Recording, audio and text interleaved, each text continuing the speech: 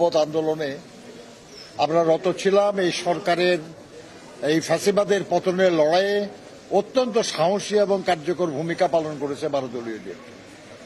তো আমরা আজকে আমি আমাদের মহাসচিব মির্জা ফখরুল ইসলাম আলমগীর, বেগম সেলিমা রহমান, আব্দুল ওয়াল মিন্টু সহ আমরা 12 দলীয় জোটের শীর্ষ নেতৃবৃন্দের সঙ্গে বসছিলাম।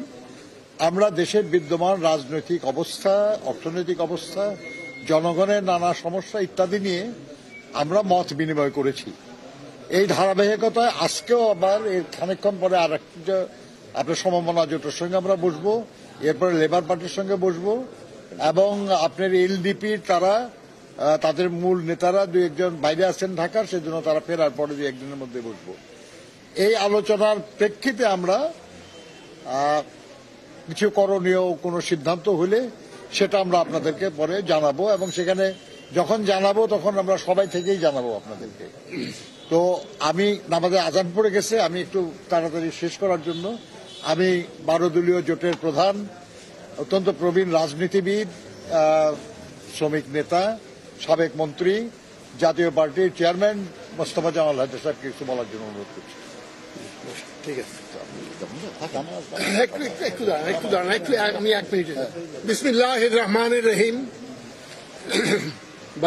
12 দলীয় জোটের নেতৃবৃন্দ এবং বিএনপির স্ট্যান্ডিং কমিটির সম্মানিত সদস্য জনাব নজরুল ইসলাম খান, উপস্থিত সাংবাদিক বন্ধুগণ, আসসালামু আলাইকুম।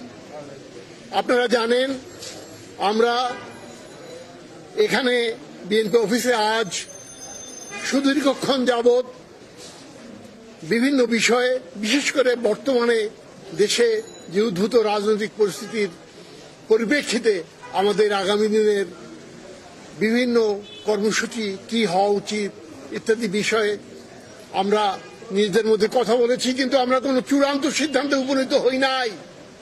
বিএনপির স্ট্যান্ডিং কমিটির মিটিং আছে, কাল পরশু তরশুর মধ্যে ওনারা সিদ্ধান্তে আসবেন। আমরা নিজেদের ভিতরে কেবল কিছু কথাবার্তা বলেছি, মত বিনিময় করেছি। সাংবাদিক বন্ধুগণ, আপনাদের কাছে আমি শুধু বিনীতভাবে এই কথাটুকুই বলতে চাই যে 12 দলীয় জোট এবং বিএনপি এবং দেশের ফ্যাসিবাদ বিরোধী যে রাজনৈতিক শক্তিসমূহ দীর্ঘদিন যাবৎ যে আন্দোলন করে এসেছে, আমাদের সেই আন্দোলনের এবং সেই ঐক্যের প্রয়োজনীয়তা ফুরিয়ে যায় নাই। আগামীতে সেটা আরো গভীরভাবে অনুভূত হবে। আমরা সেই বিএনপির সঙ্গে অন্যান্য রাজনৈতিক দলগুলিকে নিয়ে অতীতের ন্যায় আমাদের কর্মসূচি আপনাদের সামনে খুব শিগগিরই ঘোষণা করব।